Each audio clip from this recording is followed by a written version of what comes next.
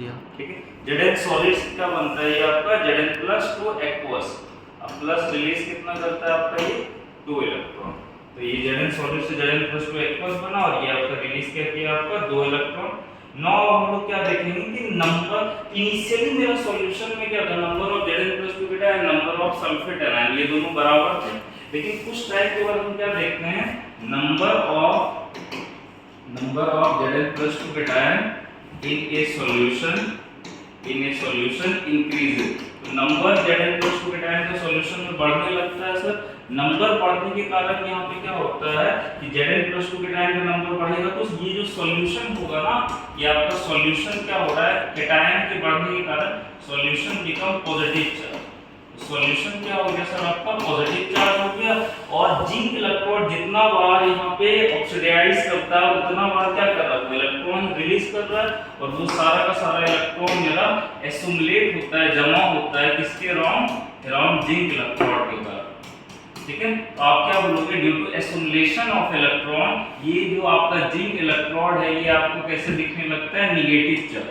तो मतलब आप ऐसा बोल सकते हो कि सर यहाँ पे जहाँ पे ऑक्सीडेशन हो रहा है वहाँ पे उसको एनोड बोलते हैं और एनोड मेरा निगेटिव चार्ज हो गया और सर सॉल्यूशन क्या हो गया आपका पॉजिटिव चार्ज।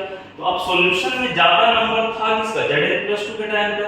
तो Zn+2 कैटायन अट्रैक्ट होता है वापस इस इलेक्ट्रोड की तरफ जो कि निगेटिव चार्ज था और ये वापस Zn+2 कैटायन आपका 2 इलेक्ट्रॉन लेकर फिर से जिंक सॉलिड बना देता है और यहाँ पे क्या हो जाता है, वो इस जिंक सॉलिड पे डिपॉजिटेड होगा। तो आप ऐसा बोलोगे कि सर ये रिएक्शन ऑफ इक्विलिब्रियम में चला गया कि पहले Zn सॉलिड से Zn+2 एक्वस बन रहा था और फिर वापस Zn+2 एक्वस इससे 2 इलेक्ट्रॉन लेकर के जिंक बन के फिर इसी पे जमा हो गया।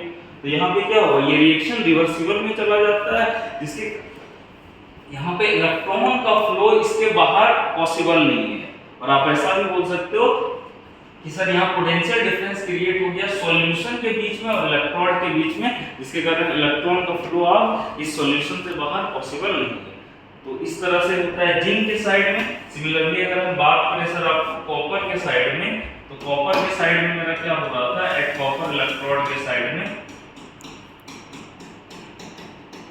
एट कॉपर इलेक्ट्रोड में हम लोग क्या देखते हैं आपका कि यहाँ पे सिमिलरली फिर आप वाटर में जैसे ही आप डालते हो, वाटर में जैसे ही आप यहाँ पे पुट करते हो CuSO4 को, कॉपर सल्फेट को, ये ब्रेक हो जाता है number of Cu+2 cation and number of SO4 -2 anion। दोनों का नंबर यहाँ पे क्या होता है बराबर। लेकिन जैसे सर हम यहाँ पे कॉपर इलेक्ट्रोड को डालते हैं बेटा, तो कॉपर इलेक्ट्रोड का आपको पता है रिडक्शन होता है। तो कॉपर इलेक्ट्रोड क्या होता है, Cu+2 जो है वो आपका यहाँ पे रिड्यूस करता है। रिड्यूस करना मतलब इलेक्ट्रॉन का एक्सेप्ट करना।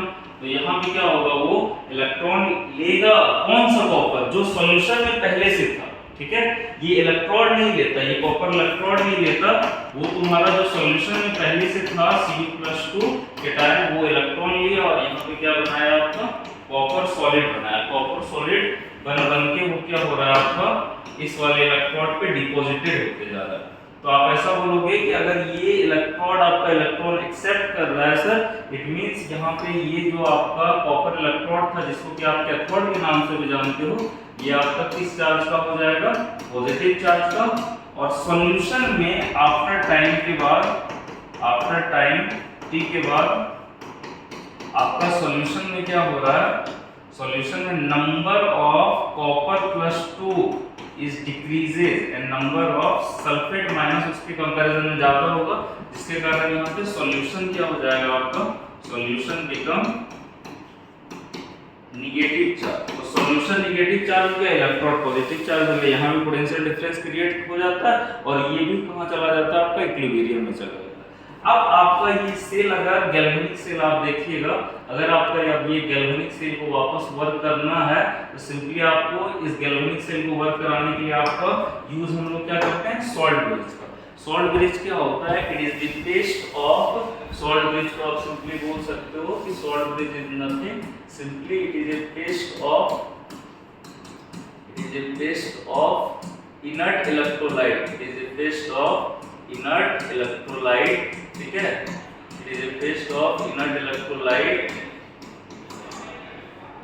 KCl और KNO3 विद अगर अगर और जिलाटी, विद अगर अगर और जिलाटी, अगर अगर और जिलाटी, ठीक है। ये क्या होता है आपका पेस्ट होता है अगर अगर और जिलाटिन का। तो सिंपली हम यहाँ पे क्या करते हैं, आपका ये सॉल्ट ब्रिज क्या करता है कि इस साइड पर जो सॉल्यूशन था आपका, वो सॉल्यूशन क्या था, सॉल्यूशन इज, यहाँ पे था आपका नंबर ऑफ Zn+2 केटायन, यहाँ पे बढ़ा था तो सॉल्यूशन पॉजिटिव था, और इस साइड का सॉल्यूशन क्या था आपका, सॉल्यूशन इज नेगेटिव चार्ज। तो सॉल्यूशन के पोटेंशियल डिफरेंस को ये न्यूट्रलाइज कर देता है। कैसे, इधर प्रोवाइड करता है वो आपका क्या, नेगेटिव आयंस, और इधर प्रोवाइड करता है क्या, वो पॉजिटिव आयंस।